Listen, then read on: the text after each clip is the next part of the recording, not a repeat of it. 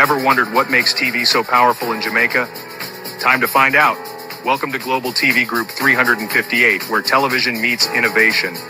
We're not just about shows, we're about shaping society.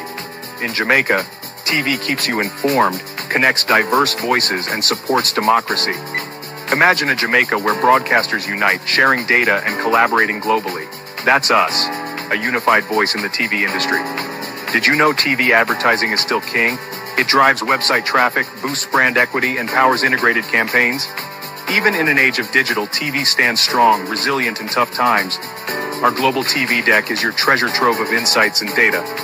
With charts, graphs, and success stories, it's your guide to impactful TV advertising. Curious to learn more? Visit our website and see how Global TV Group 358 keeps television at the heart of entertainment in Jamaica. Get ready to binge watch the future.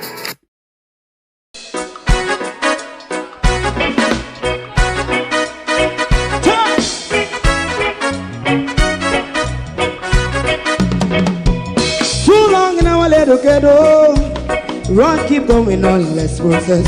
For children of Israel do really love rights. So just and I as a watching man around Babylonian walls. Oh, children of Israel, I should never hold thy peace. What wrong is going on? Hey, oh, night. We gotta pass down Babylon walls. Prepare the way. Prepare the way for your people. Let's go. Fight down, war and cry. Fight down. Me say Rastafari. War and cry. And do the righteousness. And we love. And we love Jaja. And we love Jaja. Rastafari. And we love Jaja. We love Jaja.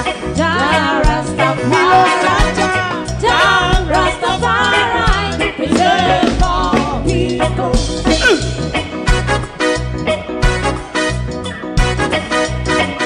Put time away again. Listen, yeah. Just as I and I as a watching man around Babylonian walls. Oh, children of Israel, I should never hold thy peace while we penalize. Hey, oh, night. We gonna pass down Babylon gates. Prepare the way. Prepare the way for Rastafari. Fight down, war and cry. Fight down, war and cry. Rastafari, war and cry. And build up righteousness. And we love Jah. And we love Jah. And we love Jah. Rastafari. Preserve all. And we love Jah. Me love Jah. Me love Jah. Rastafari. Preserve all. Me love Jah. Oh, thy peace, God of my salvation, because the mouth of the sinful and wicked is so dead. Rastafari.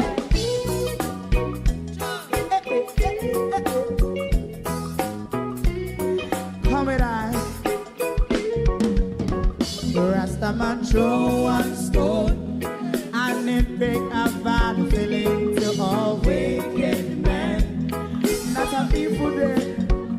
Make him a throw one stone, and it bring a bad feeling to all wicked men. Only when man like Marcus Garvey speak, wicked men would I hear. Hear not hear. Instead of that, they only sit aside a rub and cheat, and not press the floor. Make up what I seen him. Make him a throw and stone, and they bring a bad feeling to all wicked men. Oh, what a plan! Make him a throw and stone, and they bring a bad feeling to to all wicked men. My favorite man, if Rasta make a progressive move, wicked men are red. How they want to see the day them can sell out Rasta and sell it out and sell out Babylon. They give man show and stone and they bring a bad feeling to all wicked men. They give man show and stone and they bring a bad feeling to all wicked men. If Rasta make a progressive move, wicked men are red. How they want to see the dead and can sell out Rasta and sell out, I sell out Babylon. Just stop on the Friday. You might show and stone and they bring a bad feeling to all wicked men. Oh, what a black thing, you might show and stone and they bring a bad feeling to all wicked men.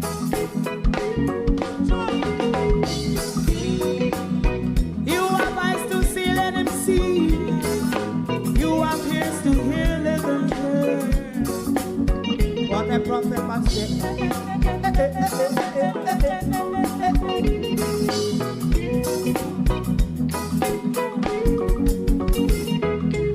President Mandela was in prison for 20 odd years.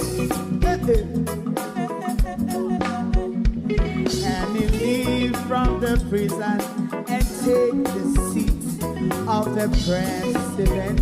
Stone one, big man show and stone, and it bring a bad feeling to all wicked men. Oh, what a black big man show and stone, and it bring a bad feeling to all wicked men. Rasta man show and stone, and it bring a bad feeling to all wicked men.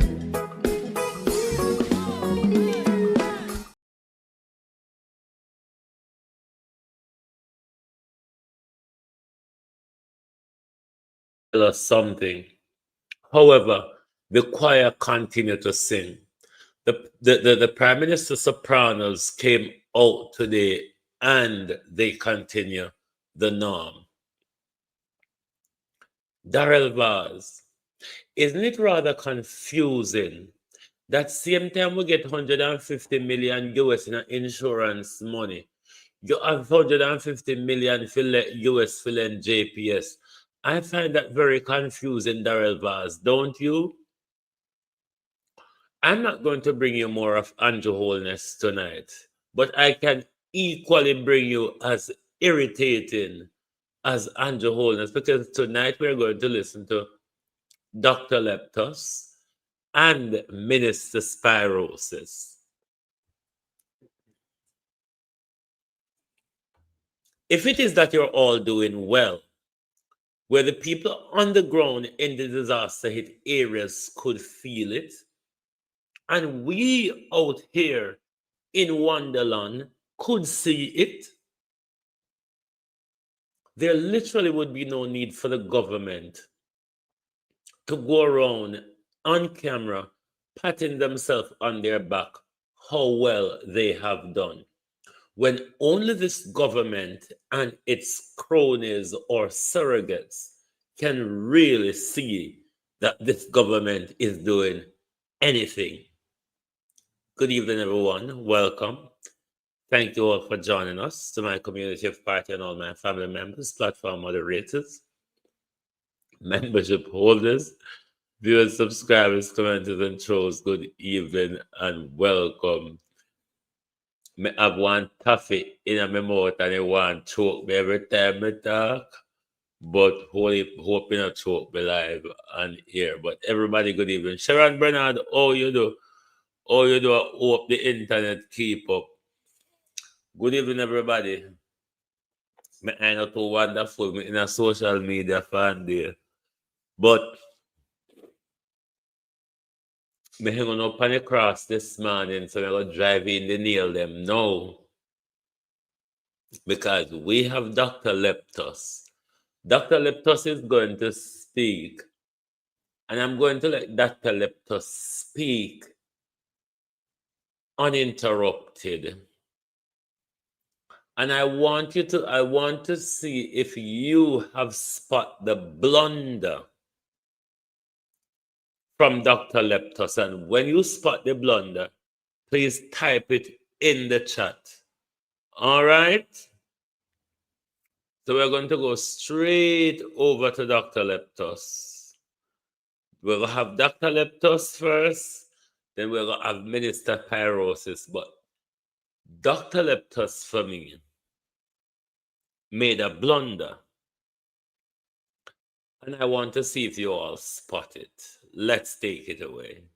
You heard him last week speaking on some medical related issues post hurricane that were expected. And so he's going to give you a further update this morning. Please welcome Dr. Christopher Tufton, our Minister of Health and Wellness. Okay, if there's one AI site builder you need to meet, it's this dope tech from Wix.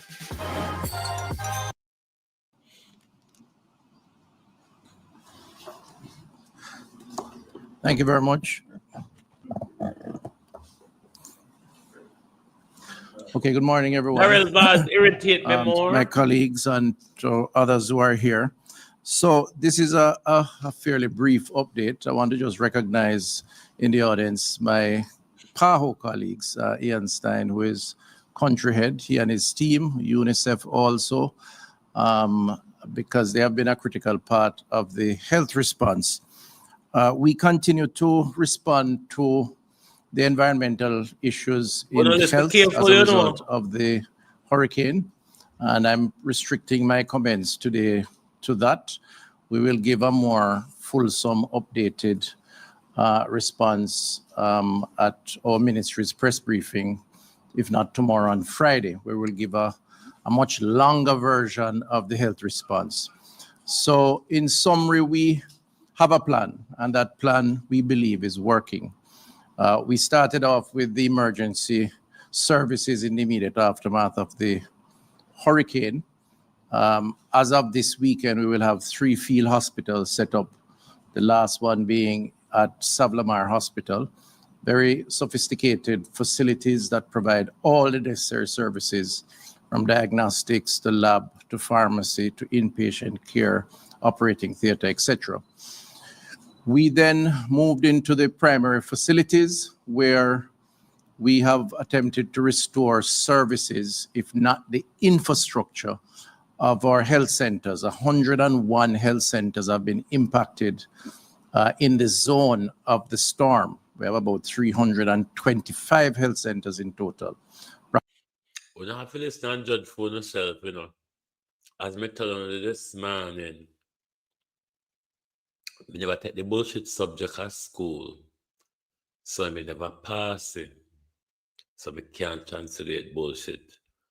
Everybody depend their own with this year, you know. Approximately 101 impacted in various ways. 25 or so badly damaged, either totally damaged or extensively damaged. As of now, the assessment is being done, similarly so with the hospitals, and bringing those back to a point where the services can be provided, even if in a makeshift facility, whether it's a tier 1 tent type health center, or as said earlier, the field hospital. In addition to that, we have been attempting to ensure that our health staff, through our assessment, are come back to normality in terms of their physical possession and their losses. Of course, giving them some emotional support also. And between those local workers and the teams that have come in, many teams from various NGOs, bilateral, multilateral partners, with the support of entities like PAHO, UNICEF, and others, we have been able to establish the personnel that is required to give the support for the services. And that in the immediate aftermath of the storm, we believe is going well, in that persons, Jamaicans who need attention are in fact getting attention. And we're very proud of the team and the work that. You heard him, didn't you? You heard him. They have been doing up to this point. The other point, and where I want to just spend a little time on, is the environmental threat. Now, we are sensitive to the concerns that have been raised in the public space by experts and non-experts alike, by either on the political hustings or by persons who are trained and who have sincere and genuine concerns about the announcements around leptospirosis, tetanus, and vector-borne related diseases. So we listen, and we accept, we assess, and we respond. I just want to reassure the country that Globalists, like and share the live filming up, please. I beg you.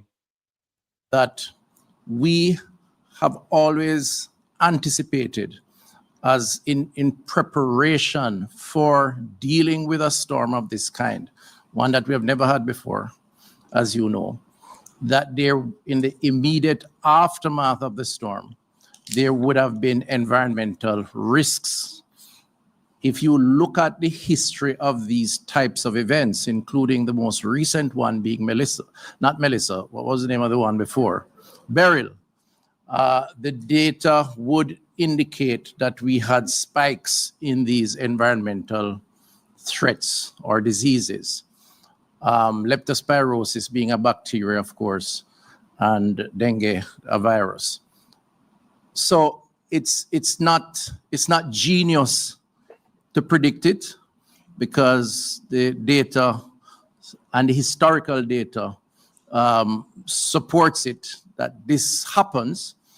What is important is that we prepare for it and we confront it. In the first instance, to prevent or certainly minimize, and in the second instance, to treat and to cure. Attention growth hackers and hustlers. Would it be a bad idea if we paid for your marketing? That means you would get... Just to reassure those who may be concerned and have expressed those concerns, we started training to deal with the possibility of a lepto outbreak from before the storm, or just in the immediate aftermath of the storm. They start training how to deal with a leptos outbreak just before the storm. And then he quickly catch up himself and say, just in the aftermath of the storm. If one never plan it and one never knows that something will come, why Pan American Health Organization come in and help you train for the leptospirosis outbreak, if anything deliberate? This is the problem, bad toy. Is it a blunder, or he meant to tell with something, or what? The training are gone before the storm, and if them are trained in anticipation, isn't it that them know are going, given that document Jamaicans were assembled, NASA people were assembled, all sorts of journalists were assembled, Pan American Health Organization come in, come start train. Yes, bad toy, we cover harp on here very regular.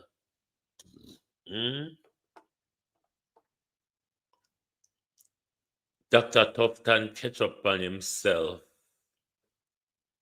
In addition to that, we have been attempting to ensure that our health staff, through our assessment, are come back to normality in terms of their physical possession and their losses. Of course, giving them some emotional support also. And between those local workers and the teams that have come in, many teams from various NGOs, bilateral, multilateral partners, with the support of entities like PAHO, UNICEF, and others, we have been able to establish the personnel that is required to give the support for the services. And that in the immediate aftermath of the storm, we believe is going well, in that persons, Jamaicans who need attention are in fact getting attention. And we're very proud of the team and the work that they have been doing up to this point. The other point, and where I want to just spend a little time on, is the environmental threat. Now, we are sensitive to the concerns that have been raised in the public space by experts and non-experts alike, by either on the political hustings or by persons who are trained and who have sincere and genuine concerns about the announcements around leptospirosis, tetanus, and vector-borne related diseases. So we listen, and we accept, we assess, and we respond.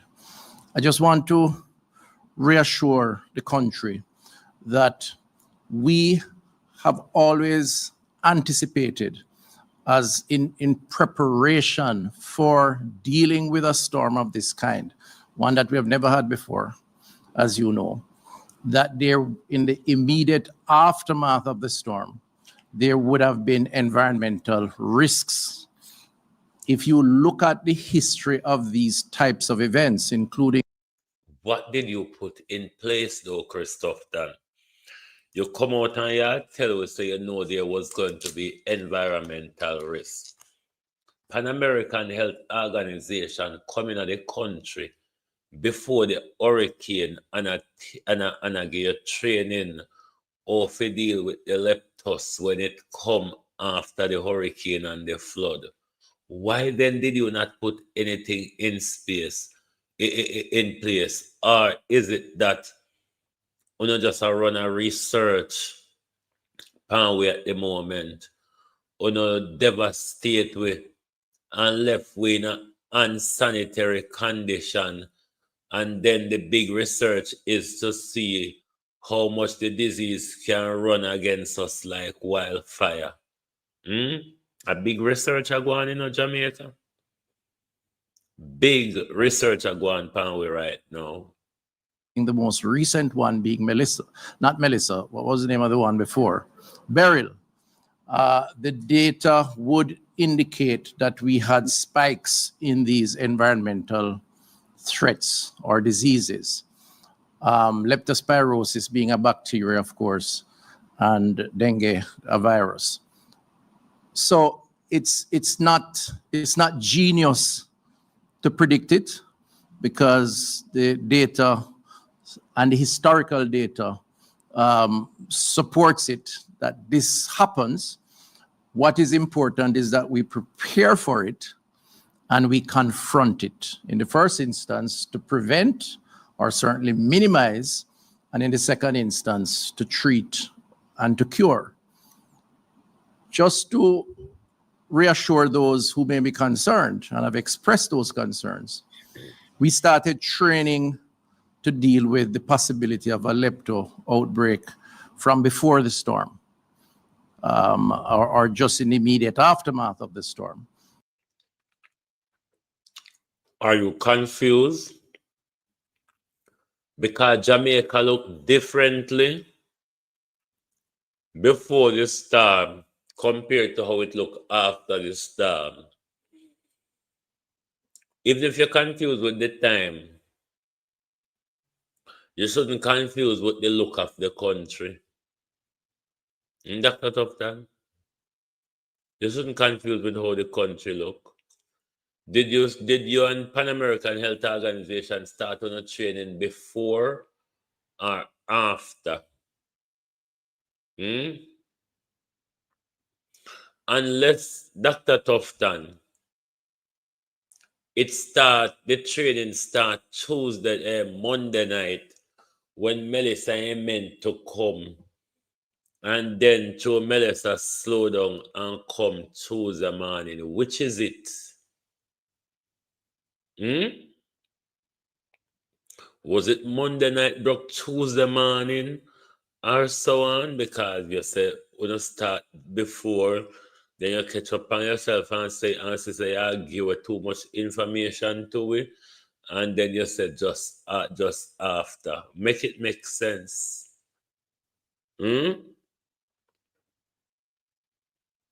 Make it make sense, Darrell Vaz, Christopher Tufton. Just like how all of a sudden, Darrell Vaz take with insurance money, the same amount of money we get from World Bank in insurance, and the same amount of money Darrell Vaz have lent to JPS. We don't find it confusing. Me and Mr. Vaz find it confusing because you know a buckle stop of him count, and if you go count 150 million US in a buckle stop, you go sit down one place all year. But me find it very confusing how if say a two different 150 million. When you find it confusing globalists. And when you want to know if a two different 150 million US dollar or is the same 150 million US, and why the 150 million US feel to pluck up when we get the insurance, just like the nasty Melissa, whenever feel to pluck up until Andrew decides them are going to build city centers and develop South Coast tourism. Then here comes an atmospheric missile pointed at us and blast us. Can you imagine Darrell Vaz? Darrell Vaz, can you imagine? No, sir. Even before we could provide data that there was a spike, PAHO is here and they can validate that. We started doing lab training for testing, securing the testing equipment and the materials, sensitizing our doctors or field operatives to look at or reminding them of symptoms so that they can diagnose before lab test results, and of course, reminding of treatment. In that department, we have no issues up to this point. The health team is properly seized with what they need to do, what to look for, and how to address. In addition to that, the health team. Dr. Tufton, call on the pirate title, call on love on the title.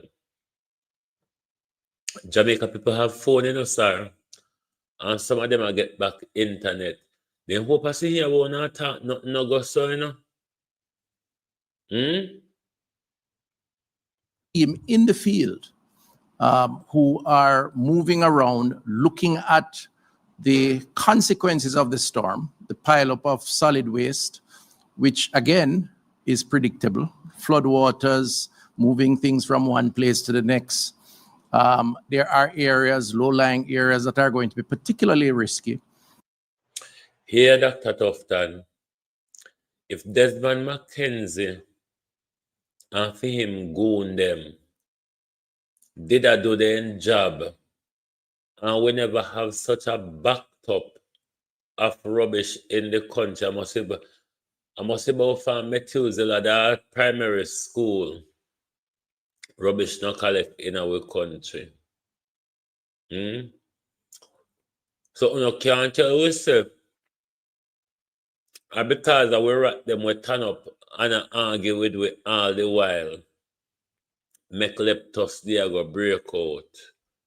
I have something to do with the whole of evil plan. We won't have against we. Because plan B now we no doctor. The missile won't throw out away. Never kill we off. Never do as much as what it should have been done. No one no turn to plan B. We not turn to plan B, no one want to kill we off with disease. Because plan A failed. Plan B go fail too. Because your plan is evil. Your plan is evil, so plan B is going to fail as well. It's a whole conglomerate on us surround we, you know. It's a whole conglomerate on us surround we. The kill we are for real estate. The same piece of real estate where Andrew got South Africa. A carve up, you have peace here, you get a piece there, you get a piece there, but no consultation with the Jamaica people, no consultation with the people of St. Elizabeth, or your town and your tourism.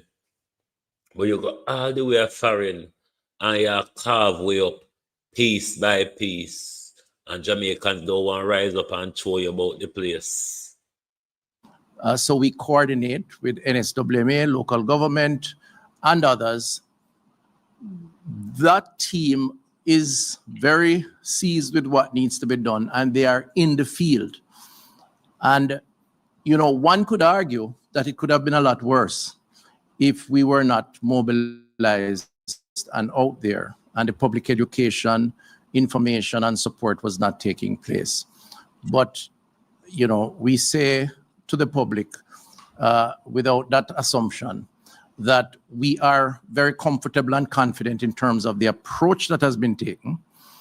We are confident in the team that is doing the work. And, you know, to assume the worst, to my mind, is to pour negativity on what, from my perspective, is a positive approach to a risk that we have to take. And while we listen, while we take note, I just want to reassure the public that we are doing what is necessary. So the flooding and the impact of the flooding, the moisture in the environment because of the flooding, in homes because of the roof loss. This ad is like nothing you've seen before, because I'm going to use this exact framework to convince you to download the solid waste, which is now being cleaned up. We have supplied to our colleagues in solid waste through local government the areas that are particularly risky based on our assessment. The work is now taking place to remove that solid waste, to clean up the natural environment of the sun is drying out, the areas that are moist, which gives greater breathing ground for the bacteria and for the rodents to move and to spread the bacteria. The dead carcasses are being addressed, whether naturally or otherwise, because we have provided. Dr. Tuftimes, stop it. Stop it. When the carcass them was at this stage where urgent intervention required, you spoke nothing of carcass. Beat and teach, and the electricity and the internet. You spoke nothing about carcass in the first 3 weeks of Melissa. All of a sudden, we don't know if Janko reaches St. Elizabeth. We don't know if for the earth and worm and dog yam them up. But all of a sudden, Tuftimes get up a talk about carcass. Wait 3 weeks after. Wait 3 weeks after everything done.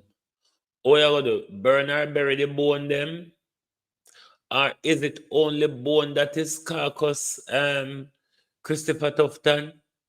Because when they did it, a swell and bust. When they did a swell and bust, Christopher Tuftimes, we never hear you talk about carcass. All of a sudden, the dry bone them left pan dot. Christopher Tuftimes get up every day and talk about carcass. Government will help to bury carcass. Government will discover. Like, seriously? This is the reason why you all are walking around and patting yourself on the back.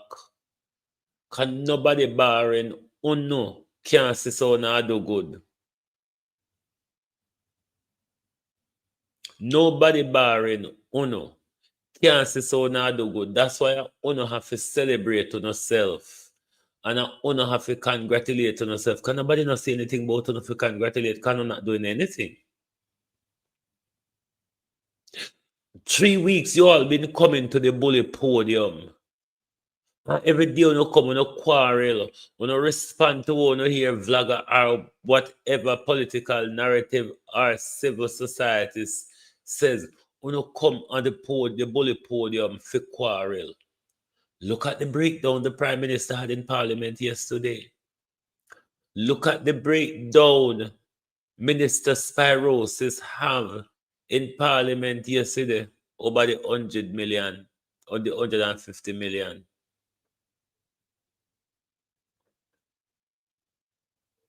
So it would be useless for us to congratulate you. We can't answer one simple question. Look how Angela Brownberg asked Andrew one question yesterday. And before answer Angela Brownberg can cuss off the whole nation. What is there to pat on up on the back for? What have you all done for us to say thank you or well done? If Uno did do something good, Uno don't have to celebrate on yourself because we will be all over Uno celebrating Uno. The fact that Uno have to come out here in our so-called tired self and celebrate on yourself, it tell you how bad of a job you all have done. Bunch of overgrown fools. The information as to how to deal with that. We're also providing information on how to deal with waste, given that toilets have non-functional in some instances in some of the communities, and all of that is taking place. We have also... That's why we keep borrowing Tuftimes. Ask Andrew Holness, say we say, Ghana send portable toilets and Ghana send portable hand wash station. That will alleviate the problem that you have just referred to, Dr. Tuftimes. So tell the Prime Minister, say you hear it over global TV. So Ghana send portable toilets and Ghana send portable hand wash station. Westmoreland and St. Elizabeth, where defecating in the open air could do well with too. That will help to limit whatever other bacteria you have in store for Christopher Tuftimes. But no, Uno no care. Because within the first 48 hours of Melissa, Dr. Dawes was all out there telling us what to do and telling us what the risks are. You, on the other hand, Christopher Tuftimes, rather stayed silent until the outbreak start. You start count the body them. I wonder if Archer get none of the body them, doctor. Dr. Tuftimes, I wonder if Archer get none of the leptos bodies.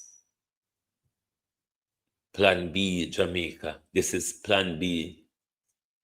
Melissa never kill enough away. Jamaica, this is Plan B in action. Melissa never do what they want Melissa to do. So they might use a more silent gunman to walk up on you in the name of virus and bacteria. Ensure that we have mobilized the team to be on the ground.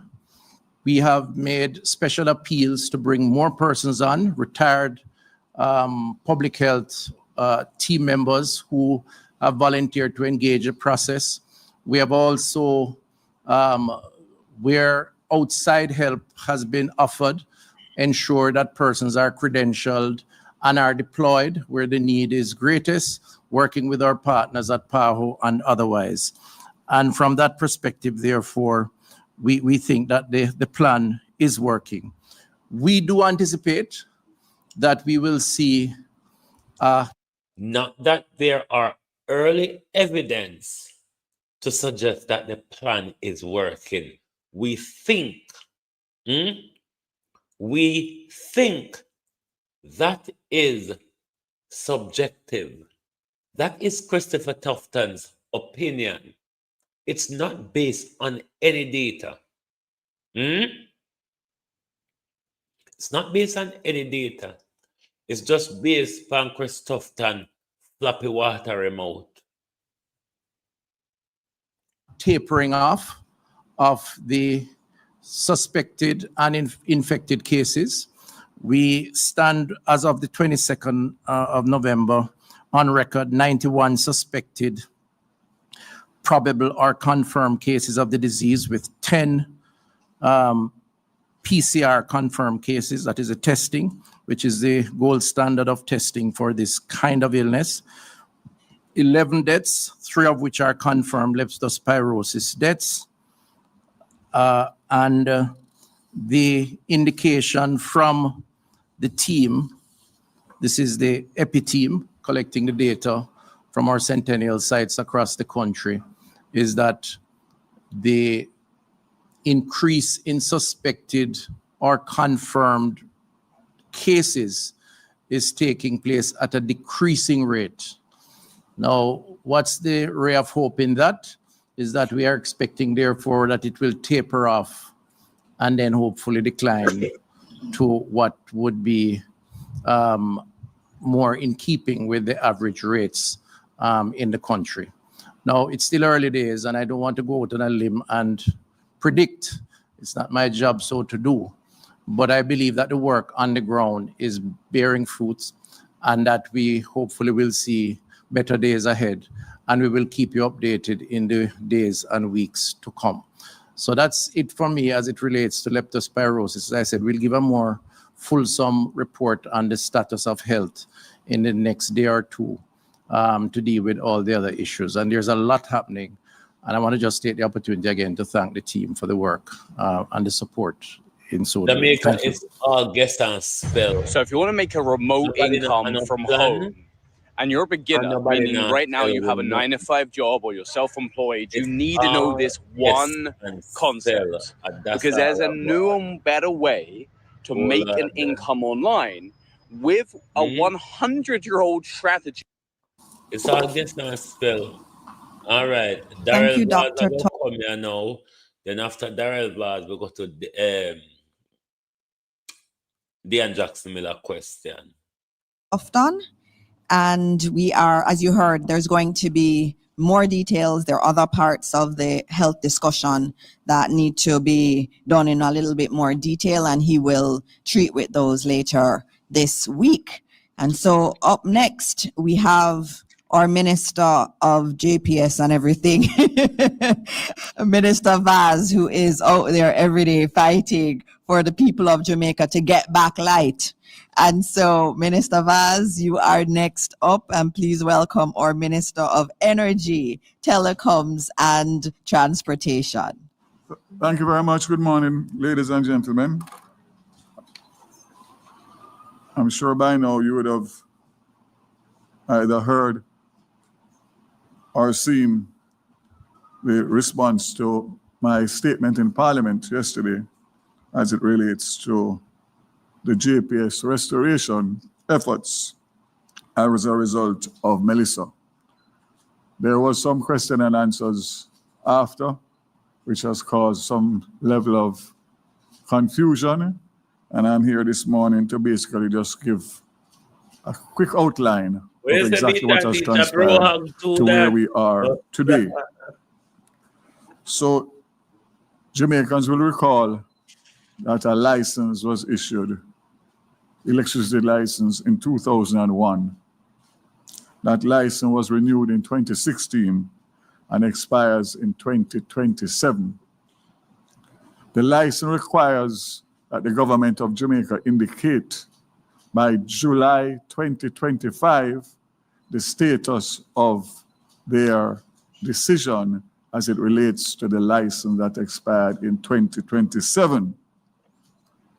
We responded in June 2025 as the government of Jamaica to indicate that we would not be renewing the license on the current terms, and that any license that was going to be issued would be on newly negotiated terms. Firstly, because we believe that the license was flawed in the first place, and secondly, a license that is 25 years old does not reflect the changes and the landscape in the energy sector. Important to note, if we did not respond by July 5th, 2025, the JPS would automatically get an extension of 10 years on the existing license. That would take you to 2037. So for all those who are saying that we have caused a problem because we gave them notice and they can't raise money with their license for 2 years, just imagine continuing for another 12 years under the same terms and conditions with the electricity price as where it is as the highest in this region. So I wanted to make that first statement to put everything in context. Secondly, no, man. You know, the Prime Minister turned up in the Parliament yesterday and tell them how to handle COVID good. Why you need an inquiry when the Prime Minister handled the COVID disaster so well now, man? We don't want to mix politics with Melissa. That's a position that I have taken and the government has taken. But I must state, and you can take from my statement now what I'm saying. This is the first time that the Andrew Holness-led Jamaica Labour Party government has gotten an opportunity to renegotiate a license from scratch. First time. And we gave a commitment to the Jamaican people then that we were going to protect the Jamaican people by making sure that a license or any license that was issued would have the Jamaican people's interest first and foremost. That would be the country and the consumers. So I made a commitment as minister with the backing of my government that the license would not be renewed on the current terms, and that a negotiating team would be put in place to start negotiations with whoever was interested in the possibility of running the utility company. JPS expressed an interest, and therefore that's all well and good.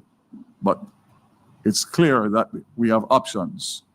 So the government of Jamaica, for the first time, had leverage because we have a license to issue on terms that we want to make sure are favorable. Imagine being able to build anything just by thinking about it. Meet Base 44, a complete AI. Here comes Melissa. Unfortunately, Melissa came and did catastrophic damage, not only to Jamaica landscape, but also the transmission and distribution lines of the Jamaica Public Service. Originally, first estimate was between 480 and 600 million US. Thankfully, that has been coming down nicely as assessments continue, and they are now at about 350 million US dollars. So that's great news. However, Melissa posed a problem because with a license with 2 years to go, the JPS would not be able to find or raise the capital on the capital market. And first thing that they said was that they would need a 15-year extension of the current license in order to be able to raise capital. They met with the multilaterals, who were very, very anxious to help on an emergency basis, but they too said that they needed between 8 and 10 years extension in order to protect their loan. So the minister here and the government and the cabinet were in a pickle for two reasons. One, an extension on the existing license, despite the fact that we had Melissa, would be a breach of faith in relation to the commitments that were given. Secondly, we would not have time to negotiate any amendments, even on an interim basis, to speed up the restoration and be able to speed up the restoration at the same time.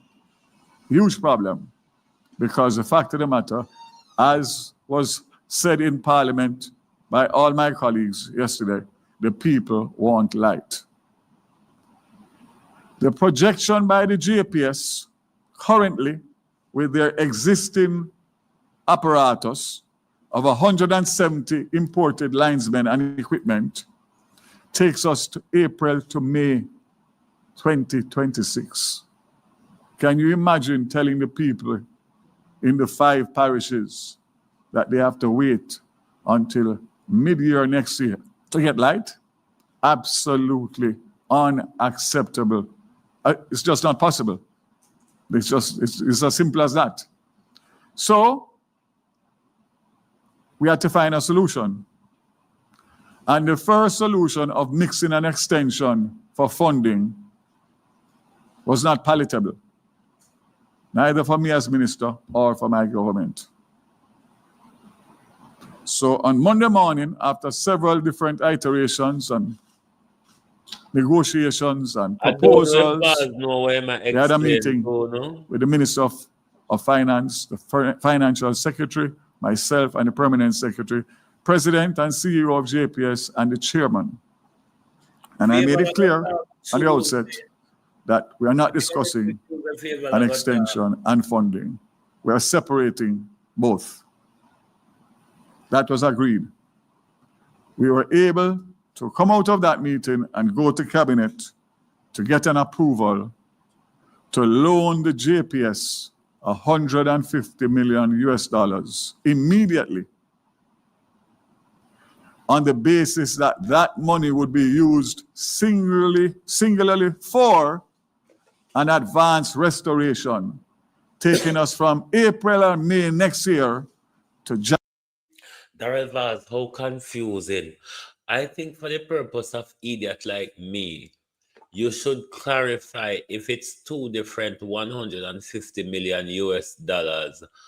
Already 150 million US dollars a play round robin Darrell Vaz. We would like to know that. I think it's very important. Given how no hand nimble and how no thief, and when no touch anything on hand can come off it and a whole heap of money, and we see the Prime Minister hard back and pem in a bosom.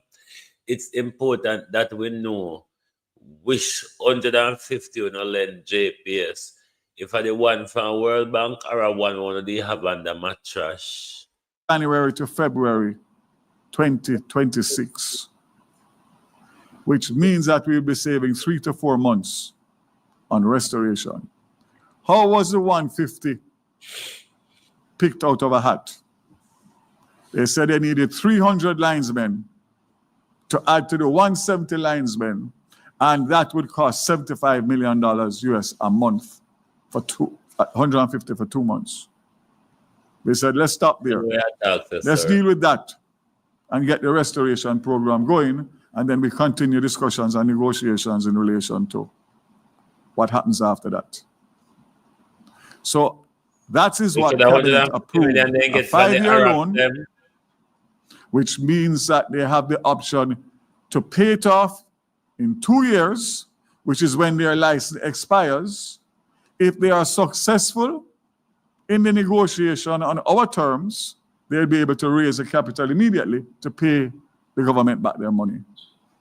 If they are not, and there's a new player that is coming to the table, the contract and the conditions of the license requires that the government buys the assets of JPS, which means that our $150 million will be set off with whatever that valuation is.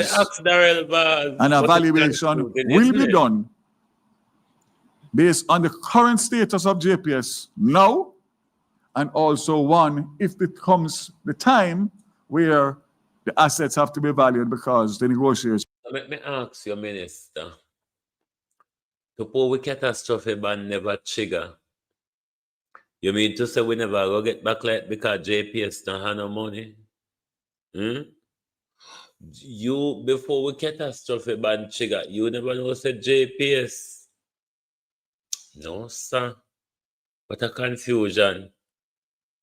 How much 150 pound are how much 150 million are there, Darrell Vaz? Sons have broken down and JPS will not continue in 2027. So I want to make it very clear that the government has acted responsible and that the government and the taxpayers of Jamaica are secured. Worst case scenario is that we convert the $150 million into preferential shares in JPS if they're unable for whatever reason to repay. So it's covered on all angles. So I wanted to clear that from the mischief and the nuisance and the noise that's coming from sub-circles. I want to quote, and I'm asking you, especially Desmond, to just work with me, because it's very important to clear the noise and give the facts. I was posed a question yesterday by the leader of the opposition.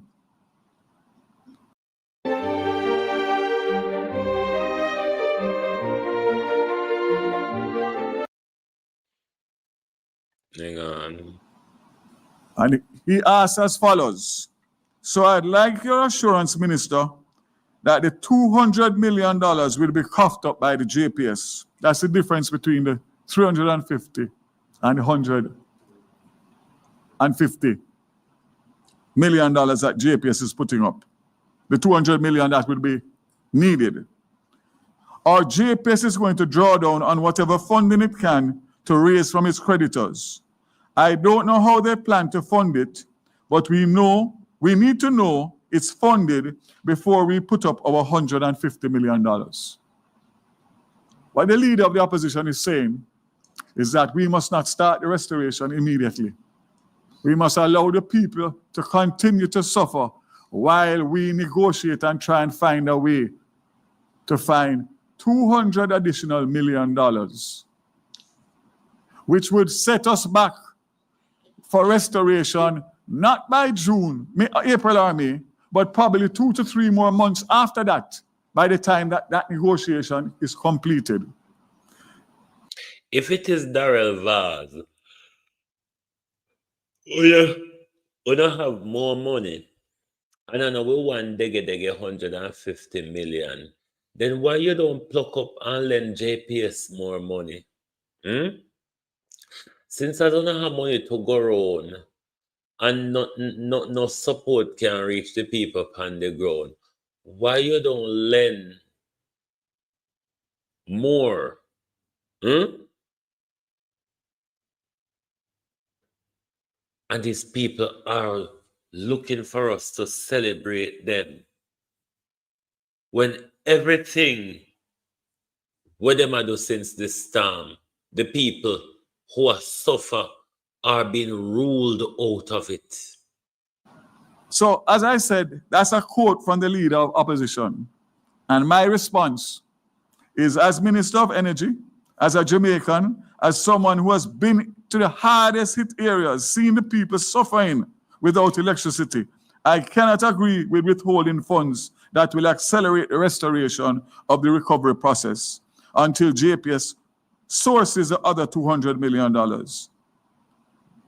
It would be unfair and unjust to the people of St. James, Westmoreland, Hanover, Trelawney, St. Ann, and other less affected areas.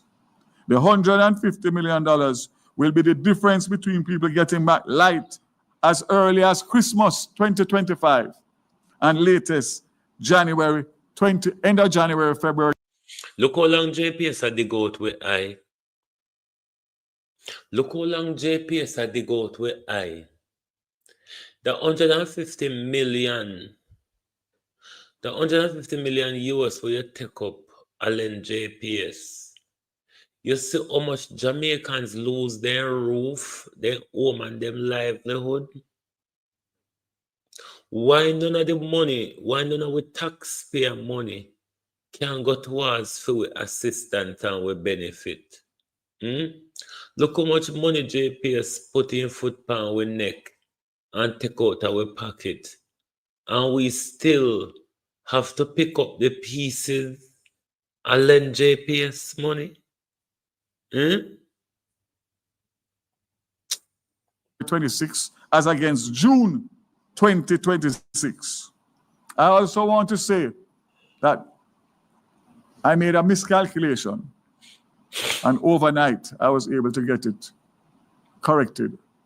There's an app. The minister on another overnight dash again.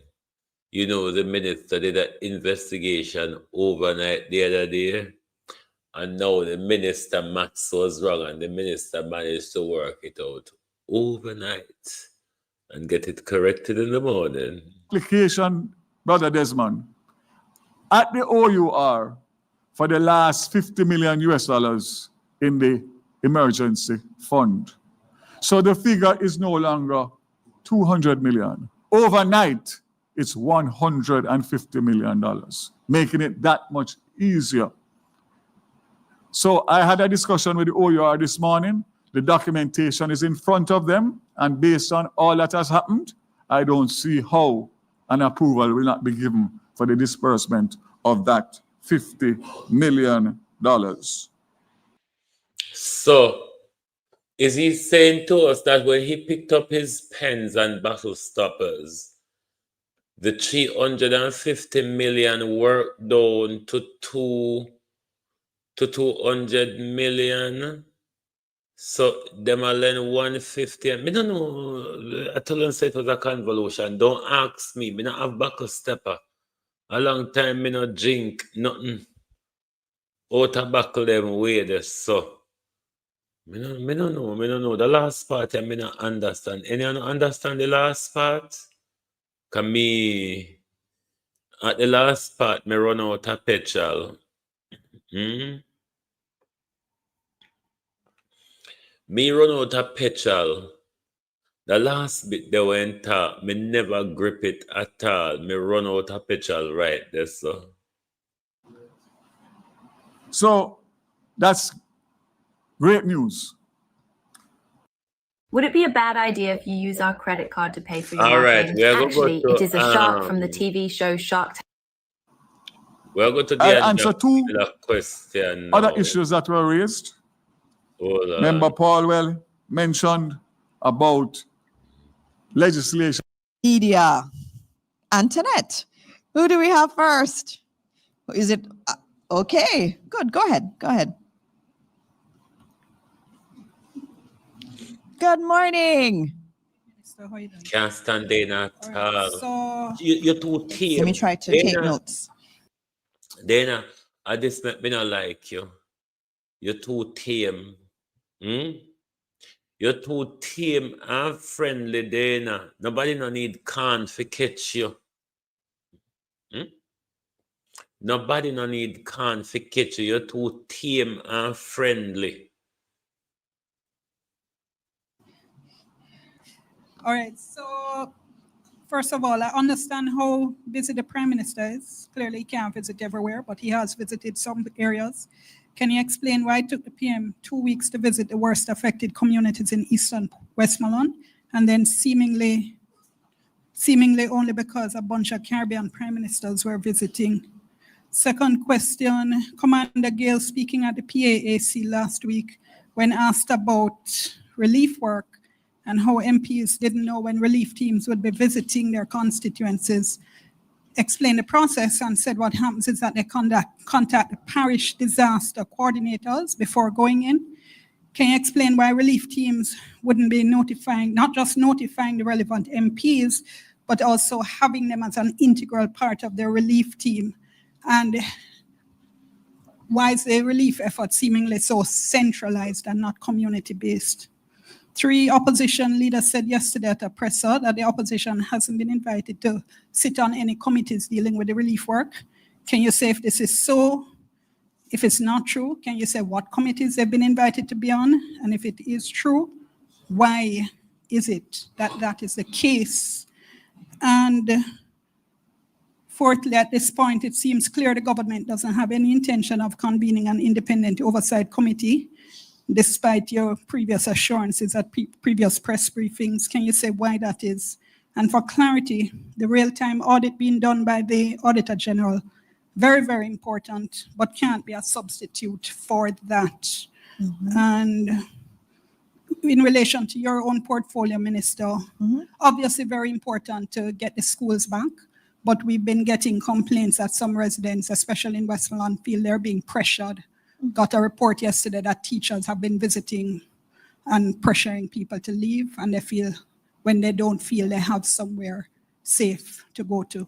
I'll stop there. All right, thank you very much. That East Westmoreland question was the same exact question I got in the Senate on Friday by one of the opposition members. They said the same thing. Why didn't the Prime Minister go to East Westmoreland? Why it took him so long to go there? And I had to show in the Senate a video of the Prime Minister in Westmoreland 48 hours after the hurricane. So I'll do that one. And I know Minister Mackenzie is going to take some other ones. The opposition been on it, just noting that the Disaster Risk Committee Council has the opposition on that. That is one. In terms of the new initiatives, I have said time and again that Cabinet is looking at using the national partnership as an oversight body. We've not finalized anything yet, but that's what we've been looking at. And the National Partnership Council has the opposition on it. We have two representatives from the opposition. There is Senator Lambert Brown, and there is also Anthony Hilton on that committee that also has the church and the private sector on there, and academia and other trade unions are also there. So that is what we are looking at, and I will confirm once we have a final submission in Cabinet on the disaster, on the new committee, NARA, and how that committee will be overseen. Once that is done, I will come back here and give you the final decision that. Yes, the PM did went to Westmoreland before the CARICOM MP. You remember what happened is he went to Black River the Wednesday, flew over Westmoreland and saying couldn't fly in a place for pitch and go St. James, go pitch. And then he faced a media backlash over it. And I think it was Friday. I think it was about Friday he went to Westmoreland and Hanover, something like that. But yes, he briefly went there before the CARICOM leaders, but that was after a media backlash though. Has been taken, but no final decision has been taken. And we believe very much in the oversight element that it has to go outside. No, me no saying go Westmoreland. Me don't know which part of Westmoreland he did go, if it was White House or where. I don't know which part. But after the backlash when he went to Black River on the Wednesday, I think it was about Thursday, he went to Black River. He went to Westmoreland after the media backlash started on Wednesday evening into Thursday morning. Of government. I think the others were for you, Minister Mackenzie. Yeah, just first of all, I think you answered the question about the.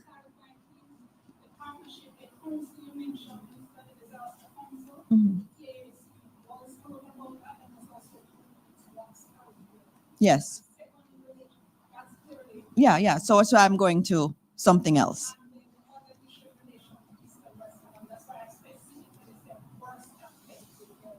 Okay.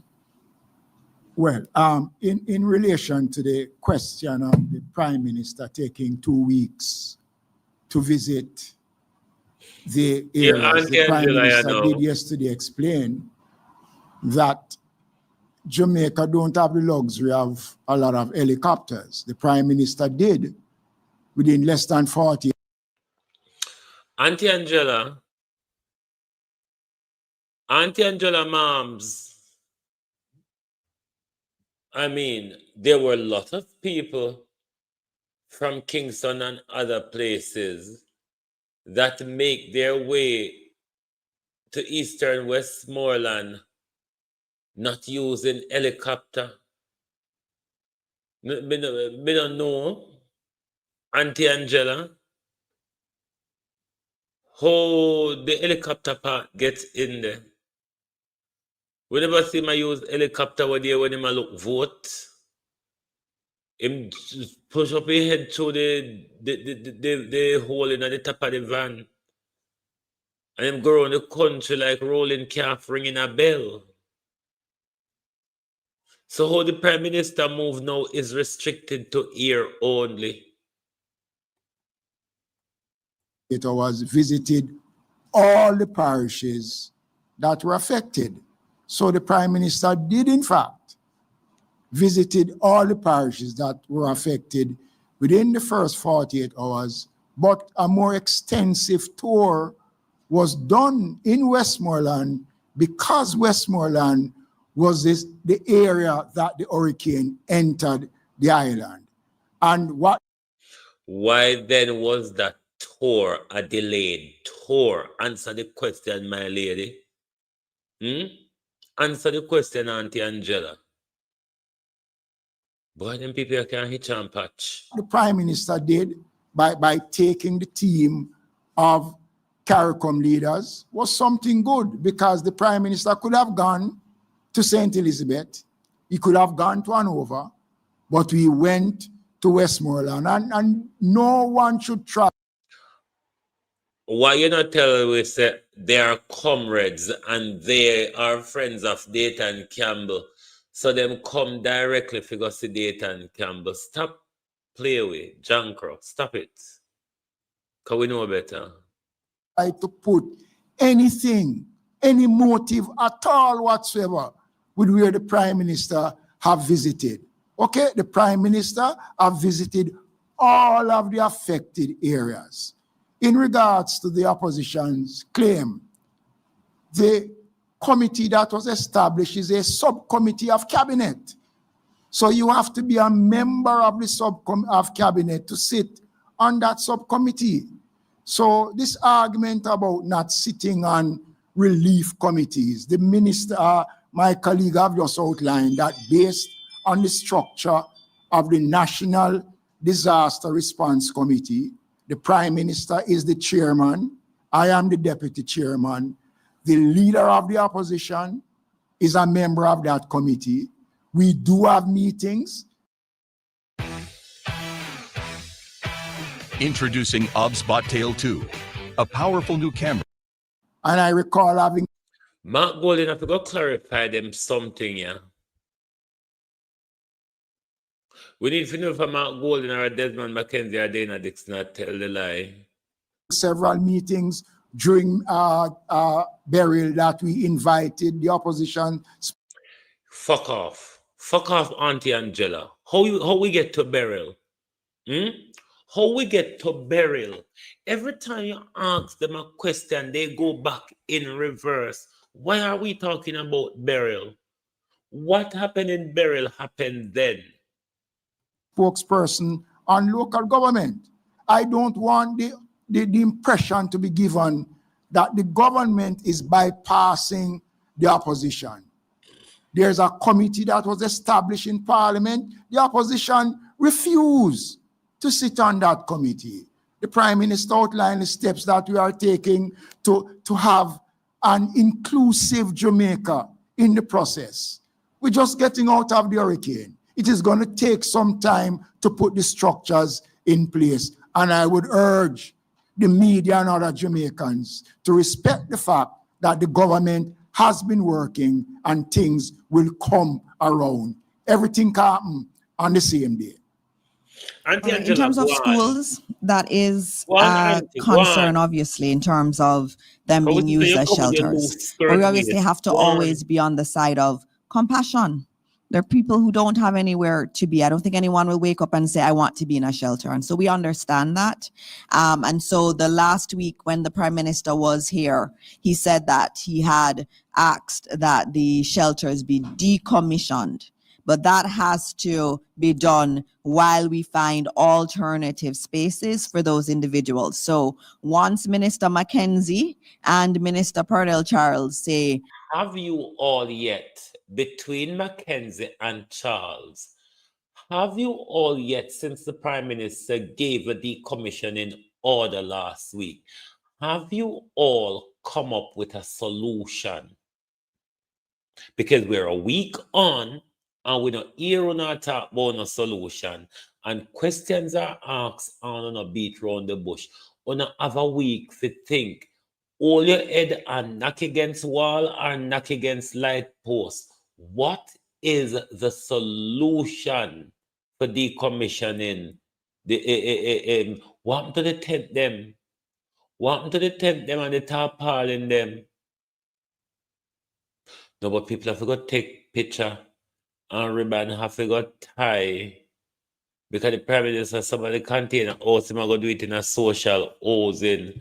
And you know, so social housing, if you're dead out a door, the Prime Minister now make you go in before and cut in ribbon. Remember them something there?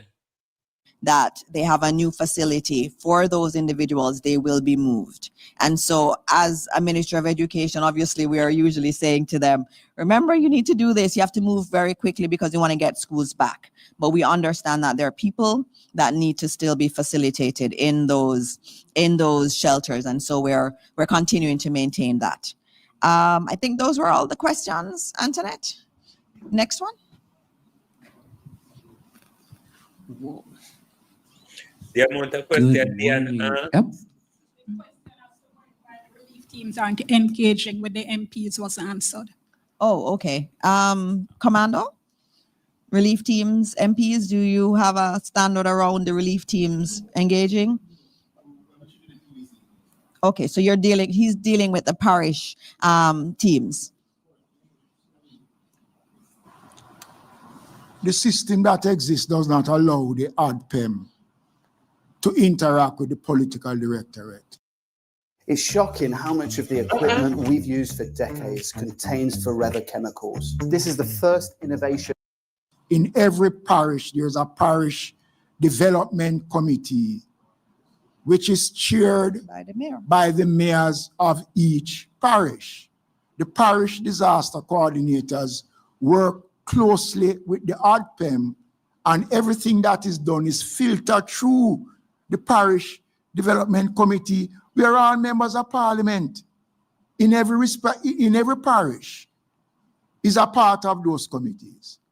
And the ADPEM should not be interacting with the political directorate so anybody can accuse the organization of being political.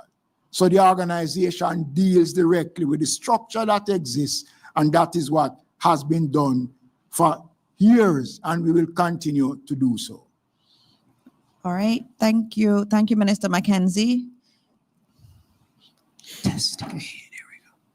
Good morning, everyone. Good morning and welcome back. Nationwide news here.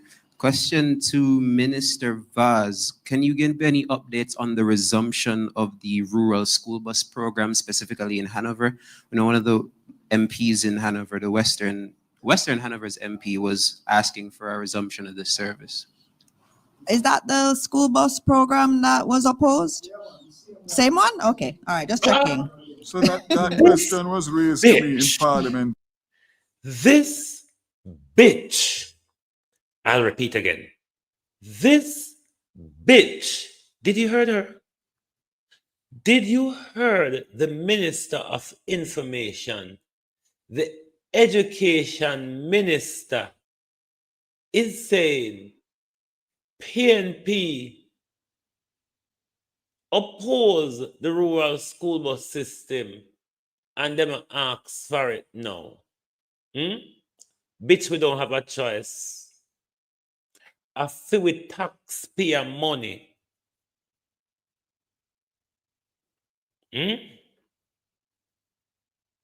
Bitch, it's our taxpayers' money. Bitch, we didn't have a choice when Darrell Vaz thief with money and go take it by Takaram. Did you hear that, bitch? But when we talk, them say because we PNP and we're political. But Labour allowed these bitches and bastards in the Labour Party is allowed for things that they can bully we. You don't know say my mouth don't join church. You don't know that by now. Yesterday by the Member of Parliament for Hanover, for which I passed it on, and I received a response this morning to indicate that the Hanover school bus has been reactivated. It operated yesterday and it operated this morning. So I'll be passing that information on to the Member of Parliament. I have asked them to give me exactly how many school buses were rolled out in Hanover this morning, and I'm awaiting that answer. I'm just checking to see whether it has come in as yet. But to say that the school buses are operating in all parishes where schools are open and road access is available. The only places that are not is the areas that schools are still being used as shelters, and road access for the size buses make it unsafe to travel. And an update on the fares for the students. Suspended until December. So we were going to give this to our son this year for Christmas as a stocking stuffer, but honestly, we're probably... So zero. This dirty slut is not an elected politician. Dana Dixon is a freeloader. Dana Morris Dixon is not an elected politician. We never elect Dana. Dana lay down on her back and give Andrew a piece, and Andrew give Dana a job. Dana don't have no blood clot right to interfere in our tax money, beg on a pardon. This slut have no right interfering in our tax money. But that's how Andrew and him bitch them take our country for them, you see. We had originally indicated that the fare structure would start November 1st. Hurricane hit October the 28th, and so we have moved that forward to December. We reassess it in January, but obviously it's not only the worst affected parishes that were affected. The entire country has been affected, and of course people's lives and livelihoods have been affected in different ways, but in education, as you would know, is very important, and therefore we have to facilitate and accommodate the children to be able to continue to go to school even in times of adversity. Hanover is rolling. Thank you, Minister. We must not settle for the insult from these people, especially an unelected trollop like Dana Morris Dixon. Dana Morris Dixon have no right to speak about with tax money. Dana Morris Dixon have no right to speak about with tax money. We never elect Dana Dixon.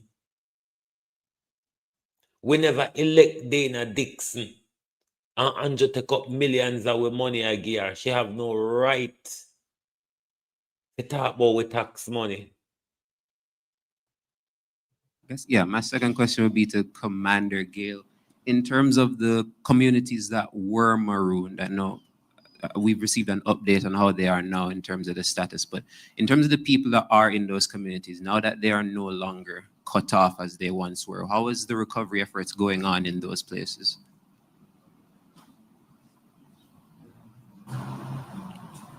Our recovery efforts are ongoing right across all sectors. In terms of all communities, there's no special treatment towards those parts of the communities.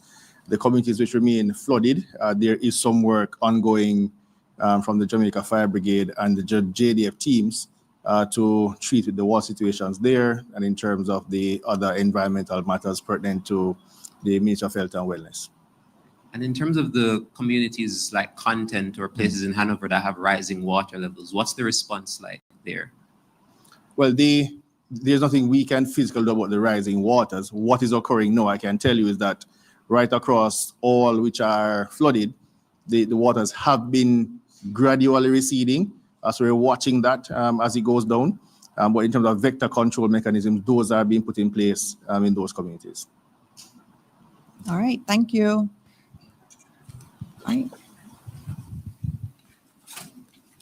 Good morning, everyone. Zara Burton, 18 Degrees North. There were 8 presenters, so I do have questions for 4 of the presenters. The first set of batch of questions is for ODPIM, Commander Gale. You mentioned that there were 16 people missing. I want to understand, I brought this up the last time, but why it is that ever so often we get a JCF message on Twitter about somebody missing, and yet we can't get a list of missing in this instance. 2, is it 360,000 people affected like you've said in the past, or is it 600 something thousand people affected in the past on the website of ODPIM right now that need aid? And the Prime Minister had said 900,000. So I wanted to clarify some of those figures in terms of how many people are we trying to reach systematically for aid distribution. Also, are you delivering aid on the weekends? And then 4 for you, how much has been deposited in the ODPIM accounts now? How much has been spent on aid? How much are you in control of as the head of ODPIM? Who controls the amount of funds that has been deposited in ODPIM? The second set of questions goes to Minister Vaz. Can I attempt to answer the others first? If you want to build an app and have no idea how to can go code to the or question where them to one start, one enough. check out If you ask them Base44. one I question, built they confuse them. Oh, so no. Can we just have all of them? Because remember, the ministers have to go to cabinet. So let's take all of them and then we'll give you one set of answers.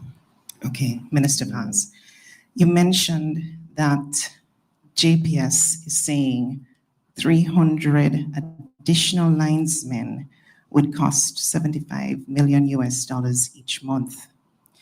I just did some math. 470 linesmen, $75 million. That's US $159,574 per linesman, $25.5 million. If it's 300 linesmen, that's 250,000 US per lineman, $40 million per month. I want to understand if they had a schedule to come back online in April, May, prior to needing this cash. How is it that if they would have had maybe, I'm just assuming maybe everything in place in terms of infrastructure needed to come back online for that time, how is it that 300 linemen additional is costing this much money? So just a clarification on that. 2, there is an NWC situation where we've been dependent on JPS power to power water supply. And the Minister of Overseeing NWC recently said that in terms of, to a question of a journalist, the NWC, yes, they're exploring renewable energy in some instances, but there is a concern that if NWC was to be powered by renewable energy completely, it would hurt JPS's bottom line, which would mean higher bills for us as customers. My question is, in the negotiations with JPS in order to renew their license, have you encountered or engaged them in any conversation about getting NWC, factoring NWC as not a customer anymore, and how they could plan for that so that people in disasters can continue to get water regardless of the power situation? And obviously that may have an impact on bills. I want to know if that has been assessed at this point. And lastly, on this $150 million investment that the government of Jamaica is making in JPS's restructuring, I get it, it's an investment in the economy. I just want to know, has there been a factoring done of cost to us as JPS customers in terms of light? How will that affect us? The next batch of questions, Mr. Burbick. Cost of the 2,500 containers, cost of the overall. Modular units, okay. I think the public calls them containers, but I will say with your language, modular units. Hold on. I wonder for the Andrew name they are containers or I call them so. A container host they be. Cost, I asked about the cost of the 2,500, the overall cost to the consumer who is about to purchase this when it comes in. Those were not mentioned, wondering about those figures. And then last batch of questions for you, Minister, is you had mentioned a spreadsheet of all the aid that's been received, and at some point it would be made available. I wanted to get a sense that overall spreadsheet now, because that 540 million that ODPEM had mentioned a couple weeks ago as having been deposited in ODPEM doesn't seem to reflect like the US 22 million that we got from the United States, or we were supposed to get from the United States in aid, because obviously that would be in the billions. And so I'm just wondering if you are going to be giving us the spreadsheet of all the aid that we've received from different aid agencies and also from different governments around the world. All right. In terms of the aid one, I'll take that one very quickly. Remember that much of the aid that's committed by many of our multilaterals is not cash. It is in kind. And so all of that is recorded by ODPEM. ODPEM has their system of monitoring all of that. And at the appropriate time, ODPEM will share that. So ODPEM, since you're here, I'll let you take the questions on the missing people and some of the aid questions that were there. So I'll start with the matter of the weekend. We do deliver on weekends. We deliver every day through our system. In terms of the cumulative sums that have been deposited into ODPEM accounts, I had mentioned earlier $1.68 million US and just about 635 million Jamaican dollars, and that's across all accounts.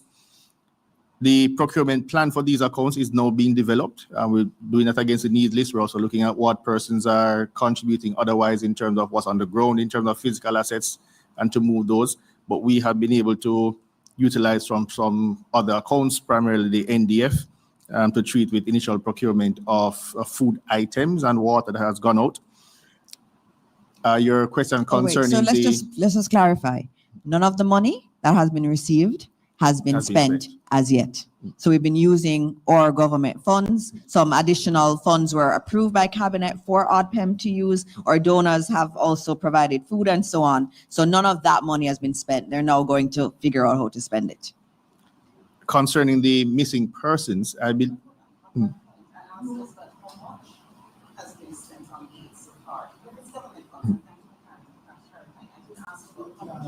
All right. I don't have the figure with me. I can give you at a later time.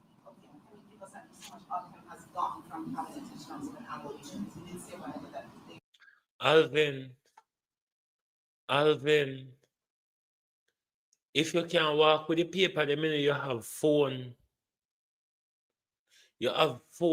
and you always turn up and research and without any documents.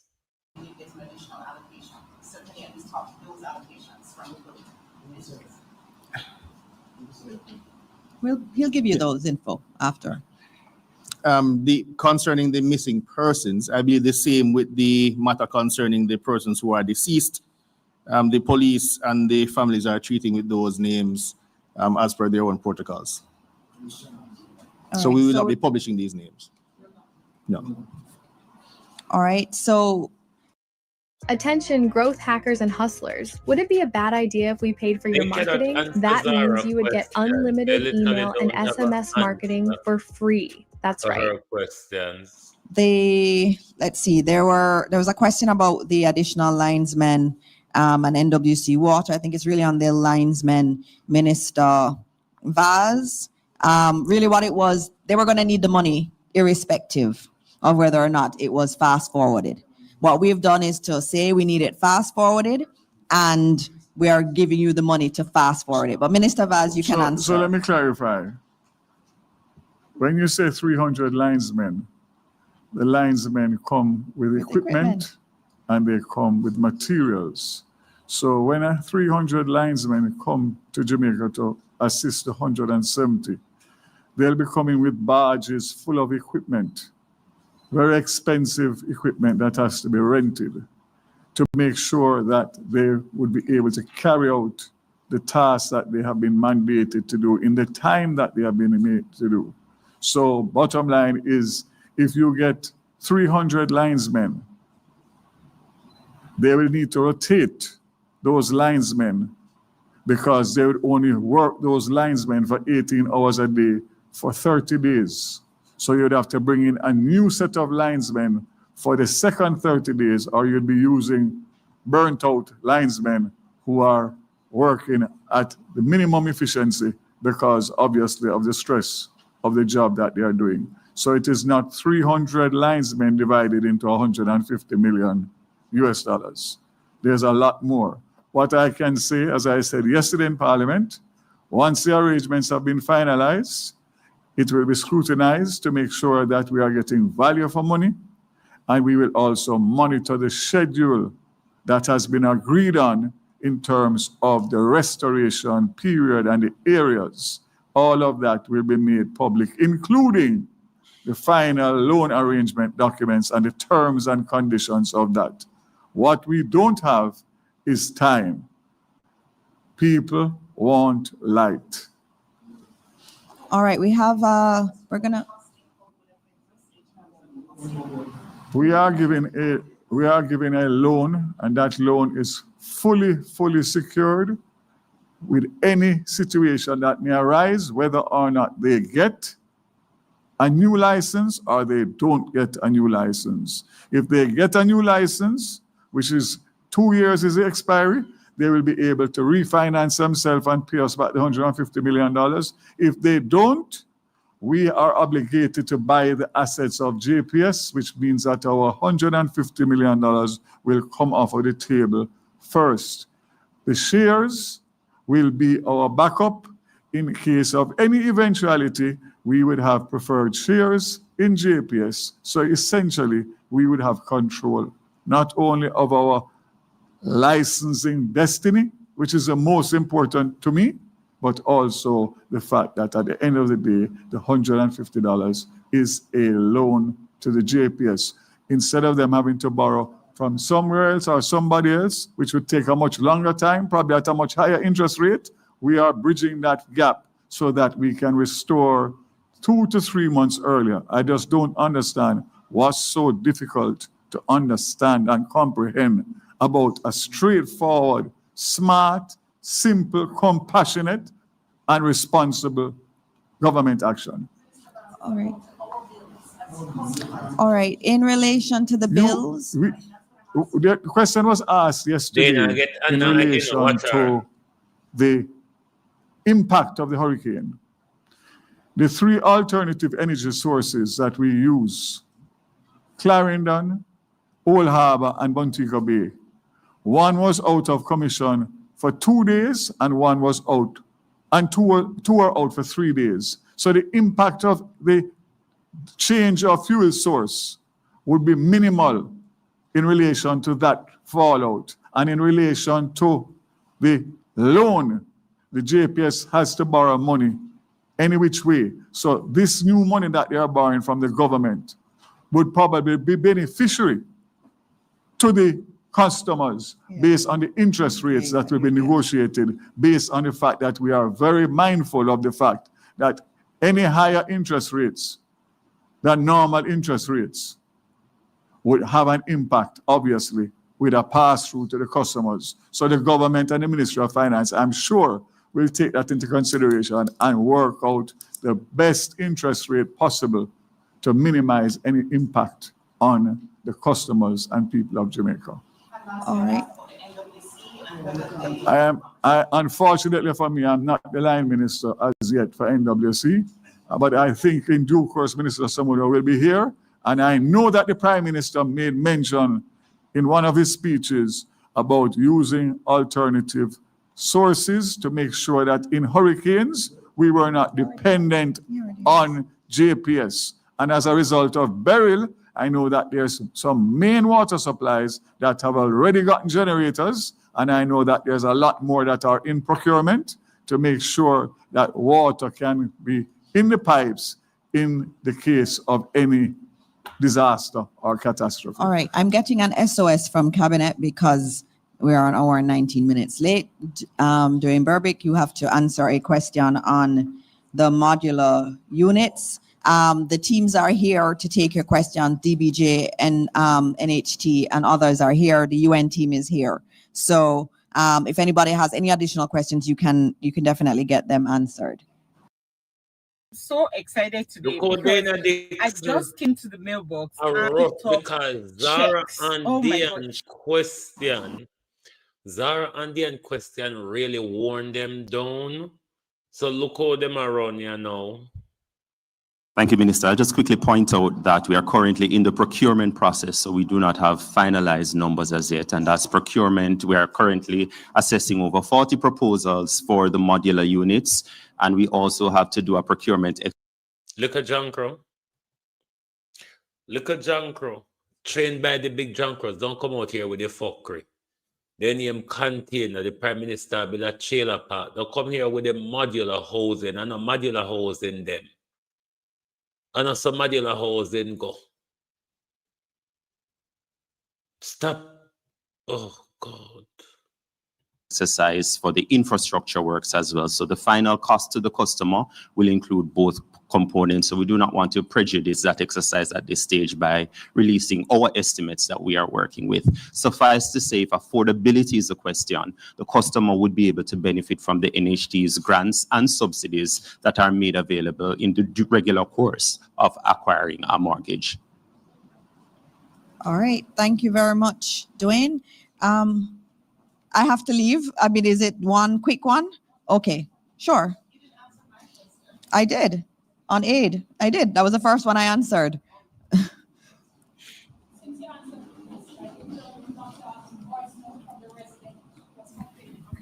Who was complaining of the shelter. Okay. Sorry, let me just repeat that. Since you answered me, I got communication from the residents in the shelter. It is a content primary school, which I think you mentioned is the one that isn't open yet. And what they said was that they were told to be in a particular part of the school, but that part was damaged. And they're knowing, I think it sounds to me like it's the admin block from what I've heard, and they're being told they have to leave. They're in distress. They have nowhere to go. Well, can you comment on what you would say to the residents because they're asking? Well, what we have said is that we have to treat everybody as a human being. We have to treat them the way we'd want. We're tired of the fucking patronization. We know that we're human beings. We're not fucking thick as you all are. What is the plan? What is the plan, you stupid woman? What is the plan? To remove them from the school. What is the plan? We know that we're human being, John Crow. You think we're born today? Want to be treated. If I were homeless, I would want to know that people would be accommodating to me. And we have said that we have to take care. What is the government's duty? They are homeless. What is the government's duty? It is a disaster. The government have garnered many international assistance. What is the government's duty? What is the government plan? Or is the government saying, time up, rain not fall, go on, go grace the grass like cow? I mean, I see what else? Care of those who are in the shelters. We cannot move them out until we have another facility. And that is what Minister Mackenzie and Minister Charles have been asked to do. Once there is an agreement in terms of where they will go, then they can decommission the school. But we can't decommission a school until those individuals who are there have somewhere to go. And that is the policy of the government, and the ministry will intervene too. The PS is here. She will be intervening with that school just to make sure that that is very much understood. And that the residents aren't pressured because they feel distressed. Yeah, and I can understand that would be very distressing, and we don't want to do that because so many people have lost everything. They've lost everything, and we have to be very caring about that, and preserving their dignity is at the center of everything. And so build a website you love with Wix, where your words that should never happen. And we're going to ensure that it does not continue. All right. And so this has been a long meeting and I've been abandoned by all the ministers. But when they can't take the question, them run. Anyway, globalists, at twilight of morning over here, I'm tired. I now make them drunk and stress me out more than what Melissa do to me. But I think we can see it loud and clear in a public. So it is a labor country. It is a labor disaster. And the whole of we belong to labor. So they can take it and do it with what they will. Gone are the days when questions used to be answered in our country, neither in our parliament or at the press conference. The whole answering of a question has gone through the window now. Going around in circles end up make people like me just feel dizzy. Going around in circles just make people like me feel dizzy. And that's what we have been having ever since the Melissa Galangin. We're just being pushed around and around in circle by government and their friends without any care, while all they care about is collecting money and fixing up them wire fence to gain them profit. It's literally all about profit and investment. The Prime Minister said the region is ripe for investment. But Marcus Garvey says, unite or perish. Thank you very much for being here tonight, listening to the sopranos of the Prime Minister's choir. Join us back tomorrow morning when we'll find some evil spirit. We'll find someone of the evil spirit to expose tomorrow morning. Thank you and good night from Global TV.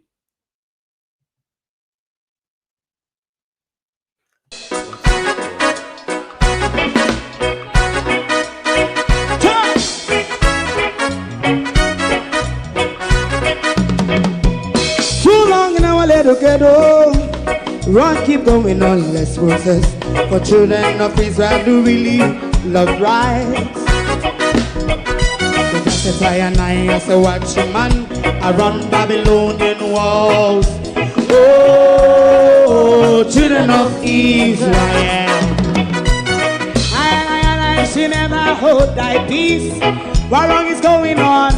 Day or night. We gotta bust down Babylon walls. Preparing the way. Preparing the way for your people. Let's go.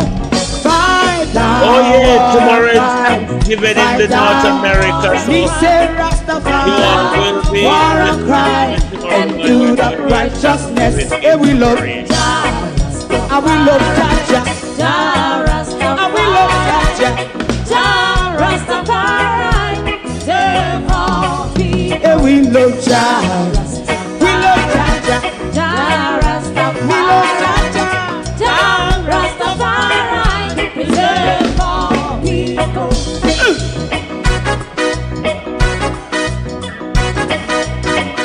Put time away again. Listen, yeah. Just as I and I as a watching man, I run Babylonian walls. Oh, children of Israel. I should never hold thy peace while we penalize. Day or night, we gonna bust down Babylon gates. Prepare the way, prepare the way for Jah Rastafari. Fight down war and crime, fight down war and crime, Rastafari, war and crime, and build up righteousness. And we love Jah, and we love Jah, and we love Jah, Rastafari, we love all, and we love Jah. Jah Jah. Me love Jah Jah. Me love Jah Jah. Rastafari, preserve all. Me love Jah Jah. Rastafari.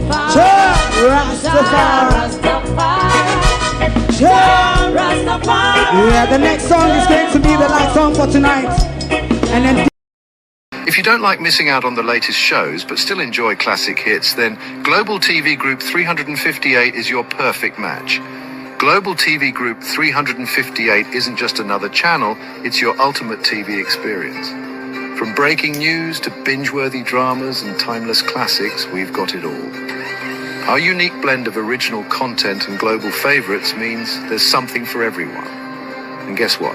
With GTVG's seamless streaming, you can watch anywhere, anytime. Plus, our interactive features let you be part of the action.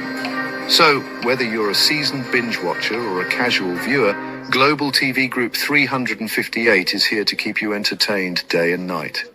Don't just watch TV, experience it with Global TV Group 358. Subscribe now and never miss a moment.